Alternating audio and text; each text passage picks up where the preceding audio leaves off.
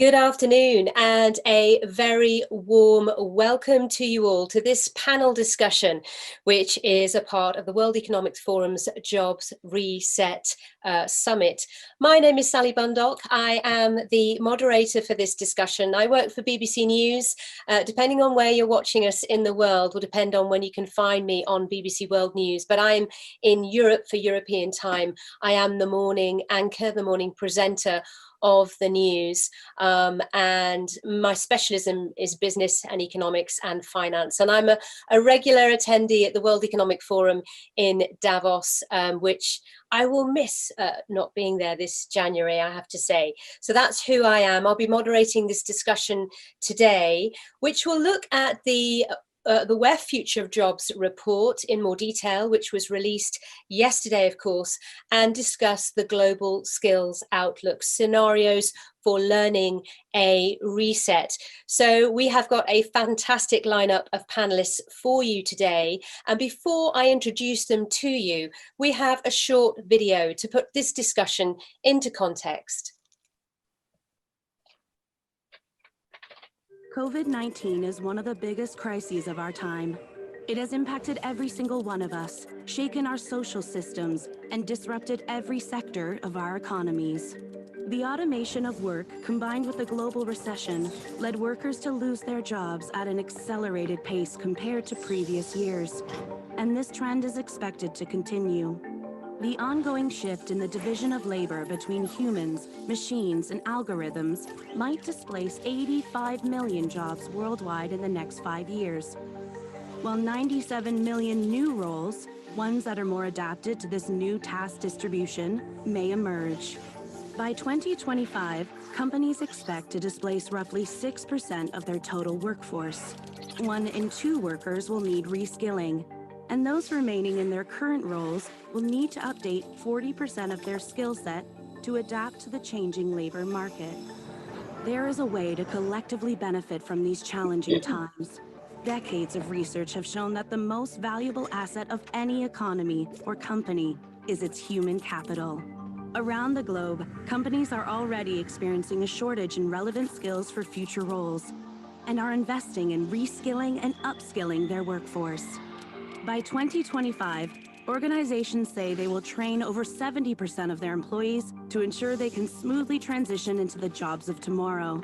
These include DevOps engineers, artificial intelligence specialists, digital marketing managers, talent acquisition specialists, and customer success specialists.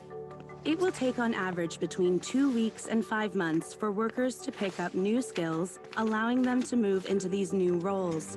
But data shows they won't need to have the perfect skill set to start transitioning.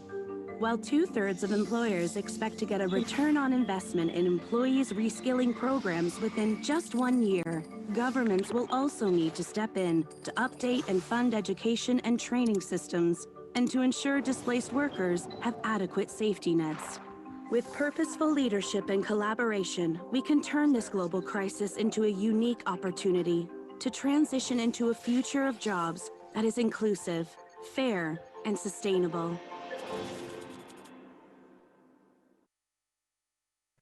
So let me introduce to you our panelists today, who have got a broad range of expertise and experience to share with us all. And so let's get started. First up, we have got Sadia Zahidi, who's Managing Director of the World Economic Forum. It's great to have Sadia with us because she's co-author of the Future of Jobs report. She heads up the Forum's Centre for the New Economy and Society and is a member of the managing board at WEF. Also, we have Jeff Maggion-Calder, who is Chief Executive of Coursera, and it's a company dedicated to transforming lives through learning, and is a partner with WEF and has been involved in the compilation of this report as well.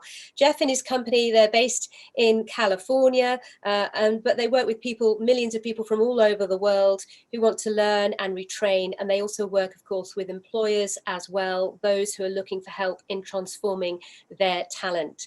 We also have with us Syed Zulfikar Abbas Bukhari, who's joining us from Pakistan, is Minister of State and Special Assistant to the Prime Minister for Overseas Pakistanis and the Human Resource Development. Syed is also chairman of Pakistan's National Tourism Coordination Board.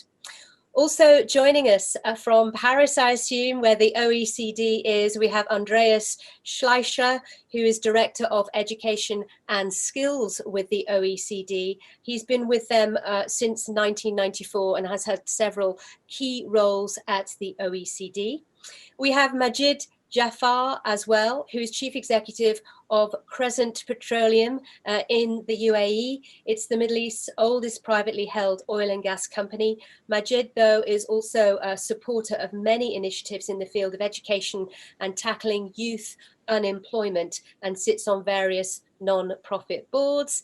And also we have, joining us from Indonesia, we have Kang Hoak, who's Deputy Secretary General ASEAN Socio-Cultural Community. His role includes supporting the Secretary General and of ASEAN and oversees the implementation of projects under ASCC that focuses on forging a common identity and building a caring and sharing society. So very warm welcome to all our panelists, and thank you for being available today. And also for all of you watching us right now, who are watching us live as we stream this panel, we would like you to be very much involved as well. If you press the chat button, you'll see the chat conversation that's ongoing, and you'll see the directions there from the forum where they're saying, please share your reflections, your comments, your questions for our panelists, and we'll have some time within this discussion to put your questions to them. But also we'll have a poll in the middle of this discussion, so we'd love to get your votes and your opinions in the poll as well. So be as interactive as you possibly can, and share on social media. Hashtag Jobs Reset is the hashtag to use.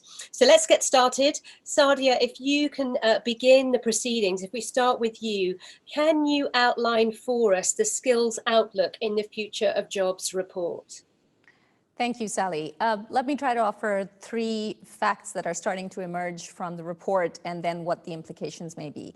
The first is that regardless of whether certain roles are growing or declining, if you take the average job in just the next 5 years alone, 40% of the core skills in that job will change.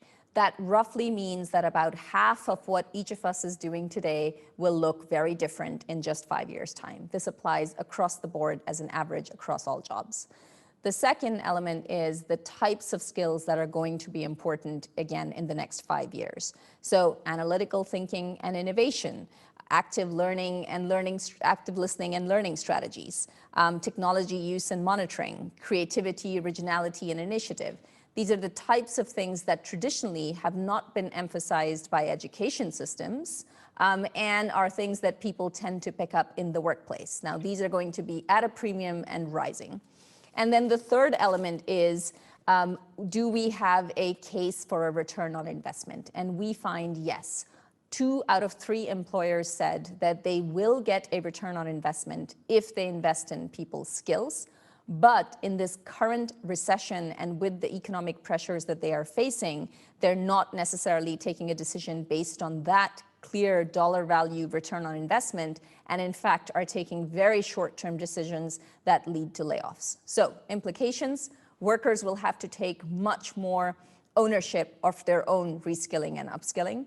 Second implication, businesses will have to think differently about the math. They'll have to think differently about the long-term thinking here, as opposed to the short-term quarterly thinking that they're currently doing when it comes to retaining workers and reskilling and upskilling them. And finally, governments. We find that right now, most businesses who are responding to us are saying they're only able to get public sector support for about 21% of them. Now, that is too little, even at a time where governments are providing so much fiscal stimulus. So governments will have to think very differently about the type of funding that is allocated to retraining and reskilling workers so that they are actually ready for the jobs of tomorrow. Thanks, Sally. Back over to you. Okay, thank you. Andreas, if I bring you in at this point, from the perspective of the OECD and what it is finding in your area of specialism, in light of what Sadia has just said, of what is ahead, what's the OECD's findings on this?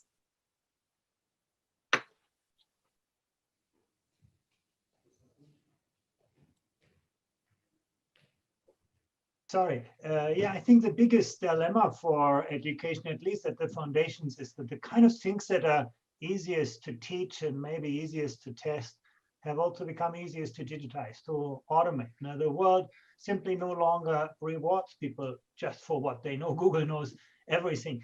It rewards people for what they can do with what they know. And state-of-the-art knowledge, of course, is always going to remain somewhat important, but success in education is no longer just about reproducing knowledge. It's about extrapolating from what we know, applying our knowledge creatively in novel setting. In fact, I think the report from the WEF captures those things really, really well. It's about, can you think like a scientist rather than, do you know a specific formula and equation?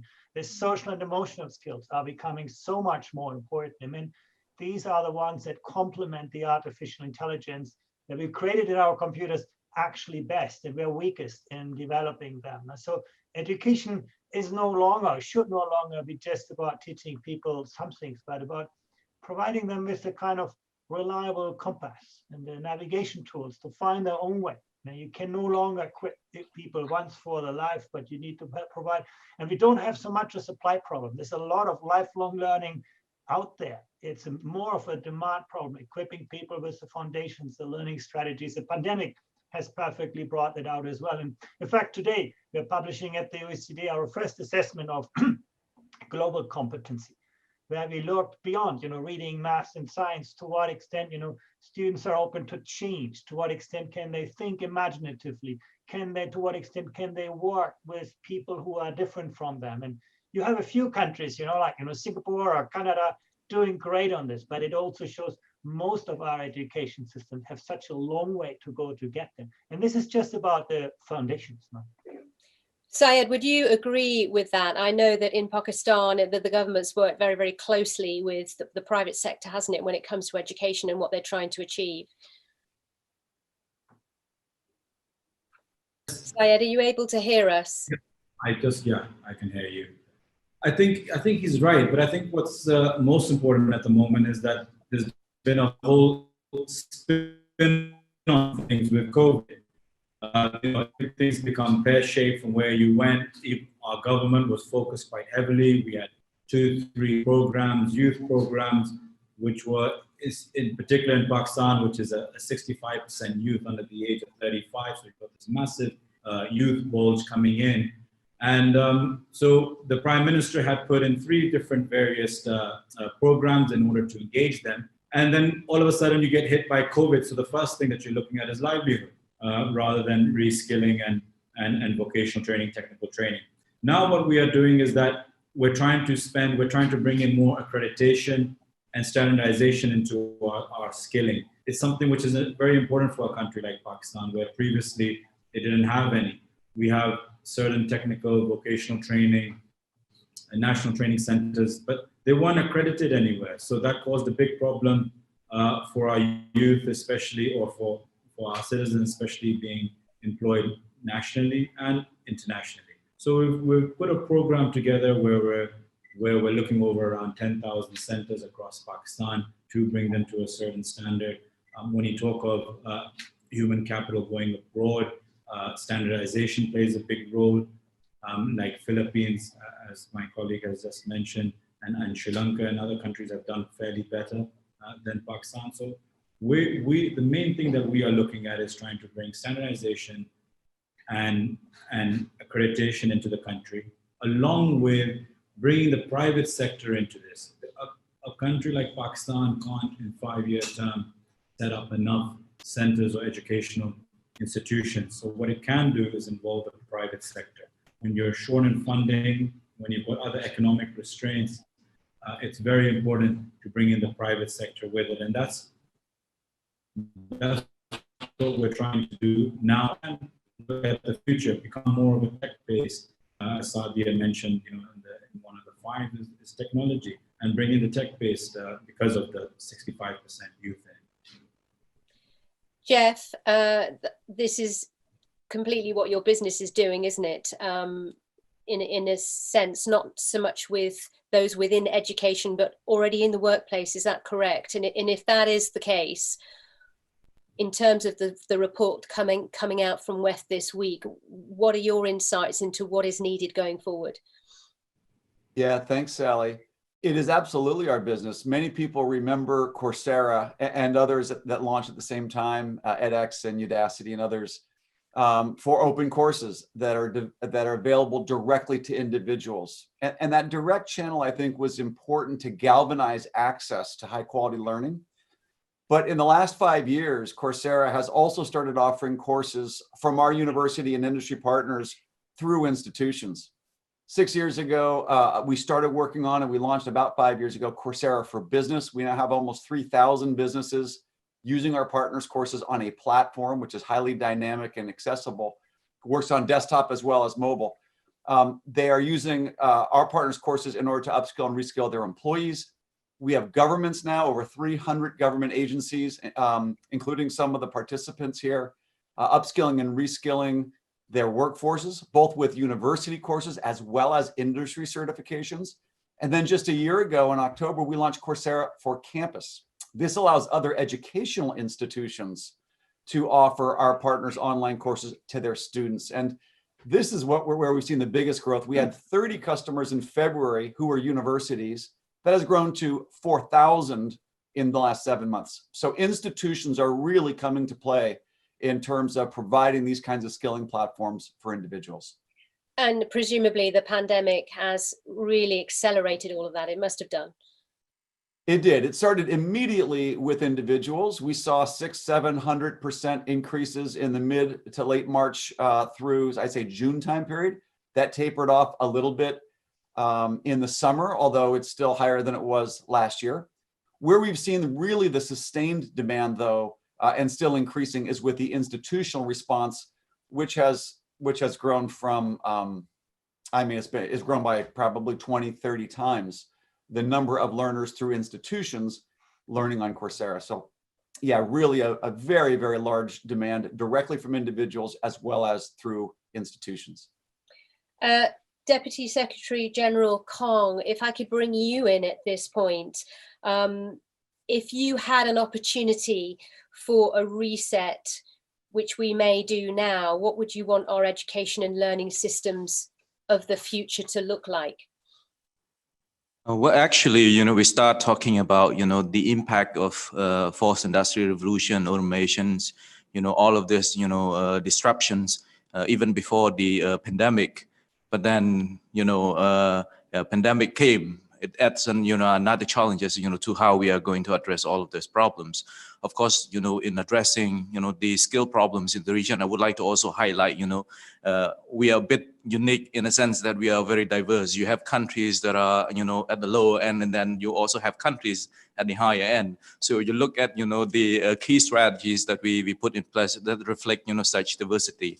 But of course, when we look at the education systems in the region, prior to the pandemic and now, with this severe crisis, of course, how we can prepare, our region to be future ready, especially our young people in terms of what kind of skills they need, the 21st century skills and so on. And another component that I would like to also highlight is what is different also this time is that we are trying to, to strengthen the partnership between the education institutions, the ministry that are responsible for, providing the education, and the private sector, because this is also very important. Those are the people who are going to provide the job for the students in the region. So such a partnership is also, built through the institution that we established, and also, the key document that we put out.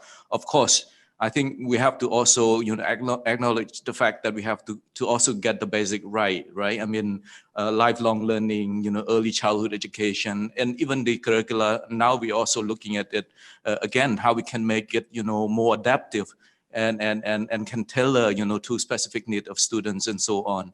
So all of this, combinations of how we are going to, see ourselves in the next 5 or 10 years in terms of the skill prospects, but also how we can, continue to strengthen, our foundations in terms of, the kind of education that we are going to provide to our people. Of course, when we want to make sure that they have all of this new skills and so on, so that they can, adapt to the kind of, works in the future. But at the same time, we have to ensure that they have the literacy skills, they have the, numeracy skills. So these are, some of the basic skills that we want to make sure that they have it before we, kind of, imagine further to, other sets of skill. But of course, we are doing all of this at the same time. And, the strategies are also, kind of tailored depending on the situation of the member states as well. As I mentioned, they have different level of development. You have Singapore, but you also have Laos, Myanmar, so we have to be practical when it comes to, what kind of policy we advise our member state. Yeah, I must admit, you're absolutely right. You probably have got one of the most diverse regions in terms of, the economic challenges and all the other challenges as well, and the changes that is going on. Majid Jafar, from your perspective, with the COVID pandemic, one of the outcomes has been, of course, one of the terrible consequences has been millions of people are now finding themselves out of work, and quite a large proportion of those are young people. Now, you do a lot of work when it comes to youth unemployment. In terms of this report that's come out, in terms of a reset, what can we put in practice for the young, those who are out of work? And in some countries, youth unemployment is extremely high. So in our region, in the Middle East, it is the highest in the world, unfortunately, 30% according to the World Bank, and climbing. And it's even worse in female youth unemployment is 40%. So it's been a chronic problem, and now it's become even more of an acute crisis, where on top of all the conflicts, refugees, displaced people we have in our region, we now also have the COVID crisis. And it's hitting young people harder, and it's hitting developing countries harder around the world. So we've found that through looking at all the research, 3 key areas of skills which are lacking and in the public education system that we have in the region here and in many developing countries is English language skills, basic IT skills, and soft skills. And we have the strange situation here in the Middle East where for many years now, companies are trying to recruit and complaining they can't find the right skilled labor, and yet there's high youth unemployment. So there's a mismatch clearly between what the modern job market requires and what the public education systems are providing for the graduates. So reform of education systems is absolutely important. I totally agree, but that's a generational challenge, and it's not easy in many of these countries. So we try to think, what can we do now, using the online, using the fourth industrial revolution tools? And so we partnered with IDRAC, which is the massive online open course platform of the Queen Rania Foundation and the British Council, to create a bespoke course that we call the Career Readiness track in these 3 key areas: English language, basic IT skills, and soft skills. We launched it earlier this year. It was building on an excellent initiative we did in partnership with the World Economic Forum, with Saudi actually, 2 years ago, but we thought we'd scale it up. And we launched it earlier this year. We targeted 500,000 young people across the Middle East and North Africa. And we're very pleased to see that already, as of now, we've had over 240,000 registrants. So the appeal has been high. And this is, one example of ways we can help young people who are trying to get onto the career ladder. And it's that first job that's always the hardest, to bridge the gap in skills for the modern workplace. And in terms of government involvement, getting the attention of government, because this is a tricky thing right now with COVID happening, with many economies in recession, there is so much pressure on government, especially the money is just pouring out of its coffers as well. So what are you finding in terms of support and a listening ear in government in terms of what they need to do? So for our particular initiative, we didn't ask for any government support. It's totally private sector and these non-profit organizations with whom we're involved. This is the beauty of an online open course platform. You go direct to the users. You don't need to rely on schools and universities. And actually we're targeting those of university age and post-university age who are already, who are really the key segment when it comes to youth unemployment. Definitely government's role and tackling the reforms in the education systems, as we heard from my other co-panelists, is very important. But that's further upstream. That's for the children of today to be better prepared for the jobs of the future. And that absolutely has to happen hand in hand. But we cannot allow ourselves to neglect the current generation. We don't want a lost generation, and it was already very much a risk in our region and many other regions in the world, particularly as we only had the financial crisis in 2008, 2009. But then on top of that, now we have COVID. So we really need to act now to try and help those currently seeking a job who are already out of education. Yeah, okay, I'm just looking at some questions we're receiving now from various people who are watching us, and it's great to get all your questions in. There is a question here about the global education system and how governments in the developing world can help improve early childhood education to help shape the future of society. Private sector in every country is working hard on this while governments are staying behind. That is Mohammed Taher, who's put this to all the panelists. Sadia, what would you say in response to that question? I think the framing there is correct in the sense that there has been some focus on trying to reform education systems, but as I'm sure Andreas and many others would agree, much more needs to be done to upgrade those systems. However, when it comes to lifelong learning and adult retraining and reskilling in particular, that's where there really is a vacuum. There are 3 billion people in the world's workforce who will not go back to basic education systems. And as we just heard from Majid, that is where a lot of the focus needs to be if we want to ensure that as a revival comes back into the economy, as the jobs market gets more dynamic again, we use this current window of opportunity to actually give people the right kinds of skills. Now, at the World Economic Forum, we are aiming to work with multiple governments to actually set up the kinds of public-private collaboration systems that allow for this to happen. It won't be from government alone, it won't be from business alone, but if we bring those two sectors together and provide a lot more online learning and training, this can work. And we have 10 countries at the moment that are doing such experiments. We'll announce a bit more of that later on today, but it's become very clear that you need a model like that to be able to accelerate that kind of adult reskilling.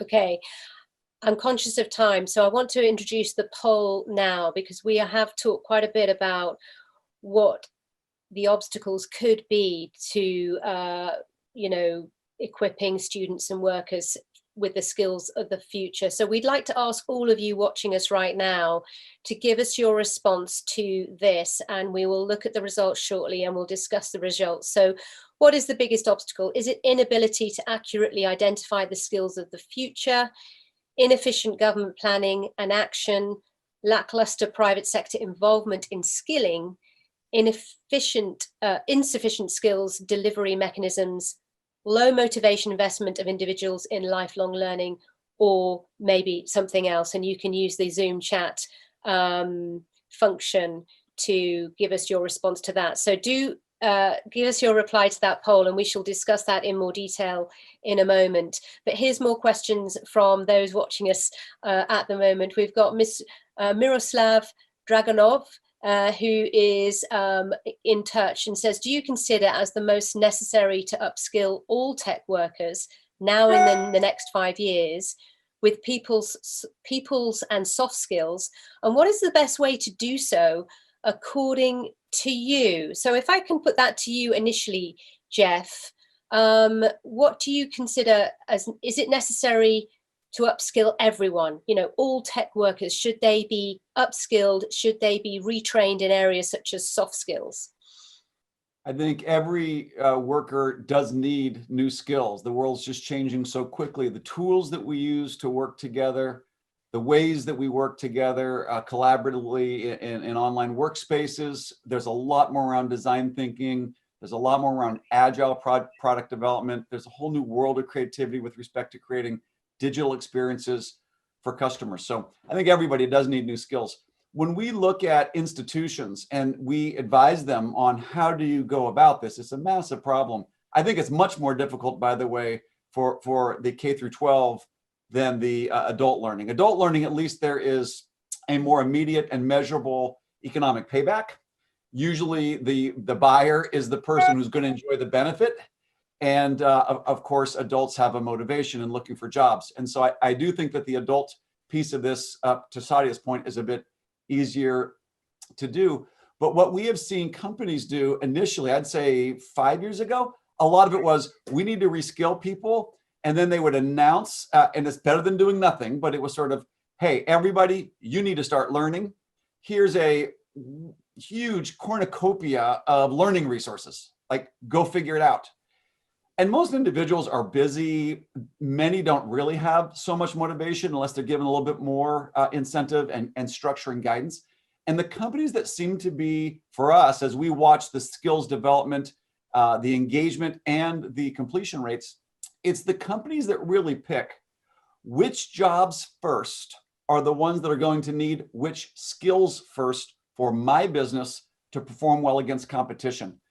So really looking at the job role and looking at the particular skills, and often looking at the precise tools that the people need to use so that you can apply the skill, the knowledge that you're learning, as Andreas said, I think is spot on. And so if you look at the report that the World Economic Forum put out, it's just spot on. If you look at the increasing demand, start with the jobs, data analysts and scientists, AI and machine learning, big data specialists, digital marketing and strategy specialists, process automation.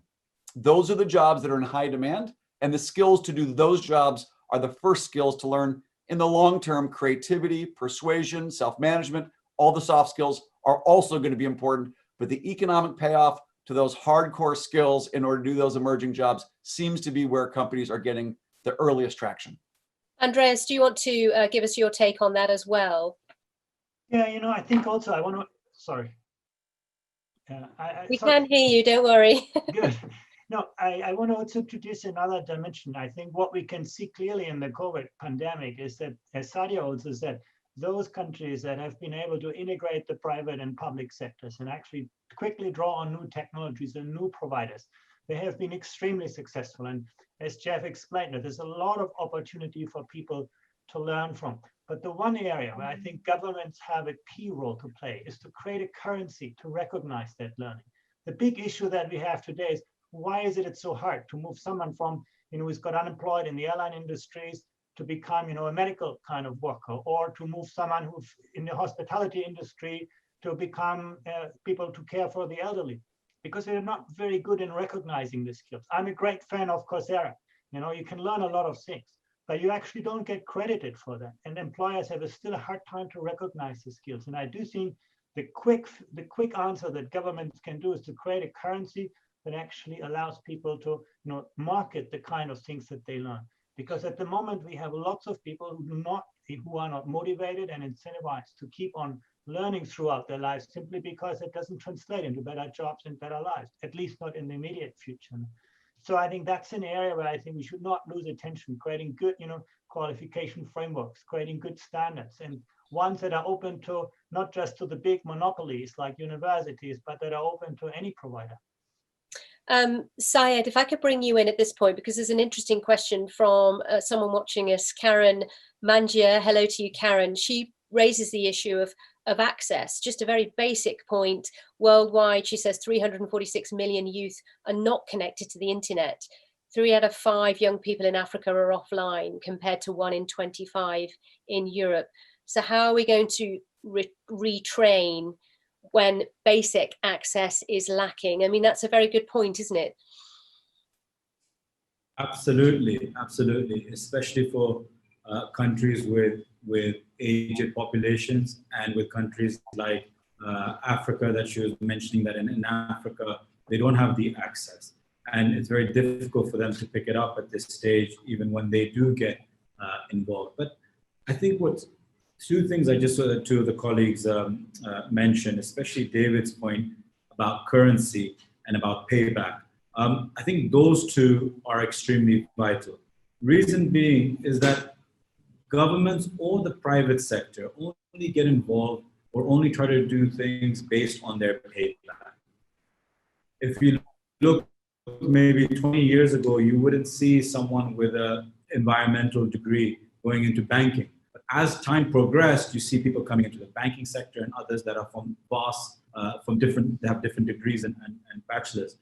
That's because there's been a paradigm shift towards doing that, and they look at how well you've done in your region.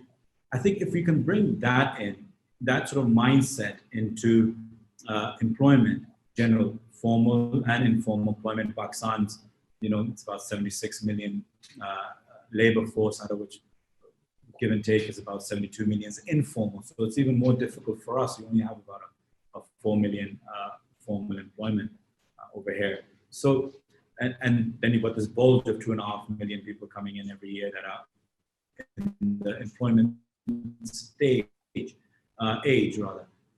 Coming back to your question about how do we bring them in, the people that don't have the access, let's say you use the example of the internet. I think that's where, again, as Sadia had mentioned and I had mentioned earlier, is the partnership between the private and the government. The government has to set the policy, has to give the governance of where it wants to go, has to give the vision, the mindset, and the private sector has to then fund that, bring that in and bring it in and execute it. For example, in Pakistan, like I said, especially with COVID, we became, or even prior to COVID, we were very supply driven. We just decided that these are our 2-3 sectors, and we ended up just skilling people and making sure that they went into these certain sectors. Eventually, a decade later, we realized we had an oversupply and less demand because we were never following what was being demanded of us. I think when countries follow the demand shift, you'll find it becoming far more successful because, again, you have a payback for it. And that's very important. Let it be private, let it be public. Right. Naturally, COVID, like I said, turned it on. Yeah, absolutely. It's put a spanner in the works in many senses. Let's have a look at the poll results then and see what people feel the obstacles are. So we asked what is the key obstacles in terms of equipping students and giving them the skills. It looks like most believe, more than 30%, inefficient government planning and action. We've got behind that inability to accurately identify the skills of the future. You can understand why that would seem to be an issue. Let's now bring in Deputy Secretary General Kong. What would you say in response to the poll that we've just had, where government is seen as one of the biggest obstacles in terms of a skills reset? Well, in my opinion, of course, when there's a problem, we often relate it to the failures of the governments, in terms of doing some things and so on. But I would like, to also put this in a broader context as well. Of course, all colleagues, already identifies, the need, for the government to invest in providing high quality education and the right skill for the people, because there's also a high economic return to that. So of course the government understand, this basic fact. It is some things that they need to, do more and invest. So for us, at least, as a regional body, we are trying to, support the governments as much as possible in terms of identifying the areas that they can look at.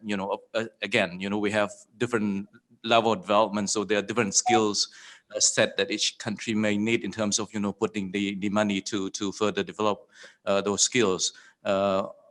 It's a job in progress, I have to say. Now what we are trying to do is to improve the government capability and capacity to better plan for that. Again, if we're talking about the commitment of the government, it is something they're trying to do. But at the same time, we need to also support them in terms of identify what are the skill sets, that each country need to focus more on how they are going to, spend the money in improve, those areas.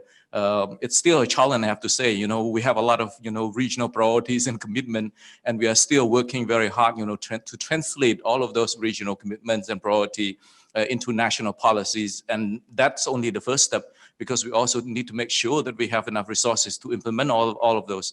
So I think that's one of the problems. And of course, there are other issues of governance and so on. But I think the main issues is how we are going to support the governments in terms of identifying the priority area that they can continue to invest on. Because I think from what we've been doing with the member state, we know clearly that this is something that they really want to know, but then there's always the problems of the lack of capacity and capability when it comes to do the planning and putting in place a concrete and sound strategies. All right, we've got 5 minutes to go, so we want to try and get as many questions to you as we can. Majid, if I just put this question to you, and also would like to get your response to the poll as well, the second element, which is it's quite hard to identify what skills are required going forward, and that's part of an obstacle, people's lack of understanding. But we've got Layla Toplik, who says, what role do you envision for teachers and other facilitators of learning in the future? How do we make sure that they too can become lifelong learners and have the support that they need to create meaningful learning experiences for their students? A very good point there. So I think that's an excellent point. And in too many countries, in our part of the world here, but across the world, teacher training and teacher salaries in the public health, the public education system isn't where it needs to be. Teaching is almost seen as a kind of backup option, as opposed to a proper career, lifelong dedication, which of course it is. So there needs to be much more investment there. And then another thing in our part of the world, and I think it applies to other developing countries, there's an over-reliance on public sector employment, and yet the governments are complaining that the private sector isn't recruiting enough. A big part of that, of course, is job security. Public sector jobs are seen as lifelong jobs, even if they pay less, and in some countries in our region they actually pay more. They're preferred. So I think if you have a social safety net that at least has basic unemployment benefit and health and education, then the over-reliance on the public sector for employment isn't there. And the last point is on expectations. A lot of young people today, and I think it's in our part of the world, the Middle East, North Africa, but we also see it in Europe and elsewhere, that there's a university degree is where everybody heads to. And then based on that graduation from university program, there's an expectation of an office job or a management position, rather than investing in the necessary technical skills. Now, some countries do it better than others. Germany, Switzerland, where there are technical colleges and also apprenticeship programs and a much closer linkages between the education sector and the private sector. And that really helps people get onto the career ladder. Unfortunately, in many other parts of the world, particularly the developing world, those linkages are not there, and they really need to be built. We're almost out of time. Jeff, I know you wanted to add some points there, and also if you can identify what you think are the top priorities now. So I was one of the 13%, I guess, who said that learning motivation and ability of individuals is one of the limiting factors. I feel at what we're seeing at Coursera is the fastest and most highly leveraged way to get access to create impact is for governments mostly to create a coordinating mechanism. The marginal cost of delivering online learning, this is both knowledge in terms of the theory and concepts that are taught by universities and industry, as well as hands-on learning. We have Coursera Labs. It'll teach you how to use any software in the world, any desktop software, any cloud-based software. I mean, the ability to learn, even on mobile phones, even offline, even with limited data plans, the ability to learn is very high, and it's growing even higher. Knowing what to learn and having the discipline to learn and having the incentive to learn, I think, is a big part of this. I will say that we call them learning credentials. As Syed mentioned, I think that it's important for individuals to believe that if they invest the time to learn something, they're going to get rewarded with some economic benefit. The credential from some institution that says this person knows this thing is important. The one thing I'll throw out there to Andreas's point, there are existing credentials like university degrees that are completely being reinvented from the inside out. Universities, thousands of universities are now offering, we've had 20 million course enrollments in 7 months among students in universities using courses on Coursera online to earn their college degree. So we don't necessarily need to bring in all new credentials. We can bring in new content, and if the regulators allow that content to count towards an existing credential, that could be a speedy way to reform and upgrade the skills being learned with existing credentials like college degrees. All right. And we're going to have to end it here, I'm afraid, because we are now out of time. So I would just like to say thank you so much to all our panelists for sharing your thoughts, your expertise, your experience with us this afternoon. And thank you also to all of you who've been so active in the chat room and sharing your thoughts and your questions. Do keep it going. Keep this conversation going as the day continues. But now I'm going to say goodbye from us all, and again thank you for your attention, and let's continue this very, very important conversation, and let's hope that the increase in understanding and the identification of priorities will help us all upskill in the future. Thank you all so much.